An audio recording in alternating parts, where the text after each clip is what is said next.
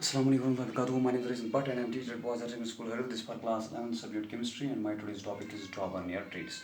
तो आज हम शुरू करेंगे जो हमने शुरू किया है unit modern period classification and periodicity, ठीक है ना। तो उसमें हम आज जो है देखेंगे अब हिस्ट्री ऑफ पीरियड टेबल। तो पीरियड टेबल की हिस्ट्री कहाँ से शुरू हुई?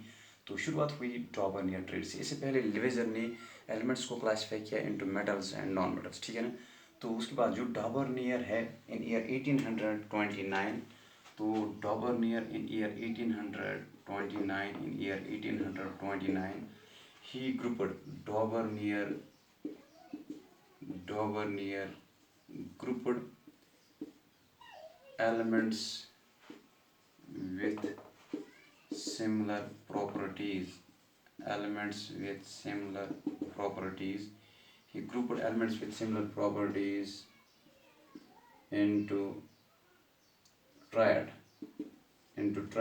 means three elements in such a way उस एतबार से in such a way that the atomic mass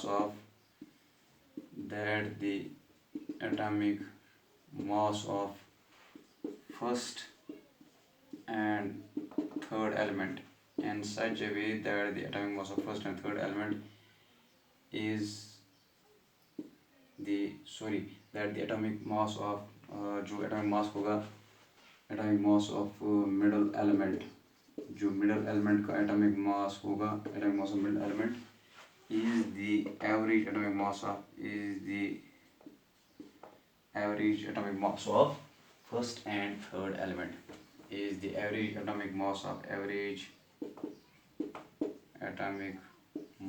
of first and third element. तो उसने देखा कि उसने एलिमेंट्स को क्लासिफाई किया इस एतबार से, मान लीजिए उसने एक ग्रुप बनाया ABC, उसने एलिमेंट्स को ग्रुप ऑफ एलिमेंट्स को, ठीक है ना, उसने तीन एलिमेंट्स का ग्रुप बनाया। तो ग्रुप ऐसे बनाया, इस एतबार से बनाया कि जो मिडल एलिमेंट है, मान लीजिए यहाँ पे मिडल एलिमेंट B है, तो इसका एटॉमिक मास जो होगा atomic mass of this element ये इन दो का एवरेज होगा, इसका एवरेज और इसका एवरेज, ठीक है ना। इस एतबार से इसने तीन एलिमेंट्स के ग्रुप बनाए, ठीक है ना। तो कैसे इसने बनाए तो हम देखेंगे, कुछ डॉबरनियर ट्रेड्स हम देखेंगे, ठीक है ना। जैसे कि उसने क्या काम किया, उसने लिथियम उसने लिया, सोडियम पोटेशियम, एक ट्रायड बनाया, ठीक है ना। तो यहाँ पे इसका एटॉमिक नंबर है 7, तो यहाँ पे एटॉमिक मास 7, यहाँ पे इसका एटॉमिक मास है 39। ऐसे उसने क्लोरीन लिया, ब्रोमीन, आयोडीन, तो ये इसका 35.5 इसका है यहाँ पे 127।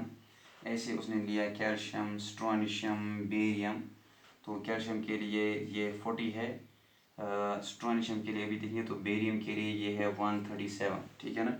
तो उसने क्या देखा कि जो सेंट्रल एलिमेंट है, मिडल एलिमेंट है, इसका एटॉमिक मास जो है ये इन दो के एवरेज के बराबर है, ठीक है ना। तो सोडियम का एटॉमिक मास होता है 23, अभी हम देखेंगे क्या ये एवरेज के बराबर है। तो यहाँ पे है ये 80, यहाँ पे है 88, ठीक है ना।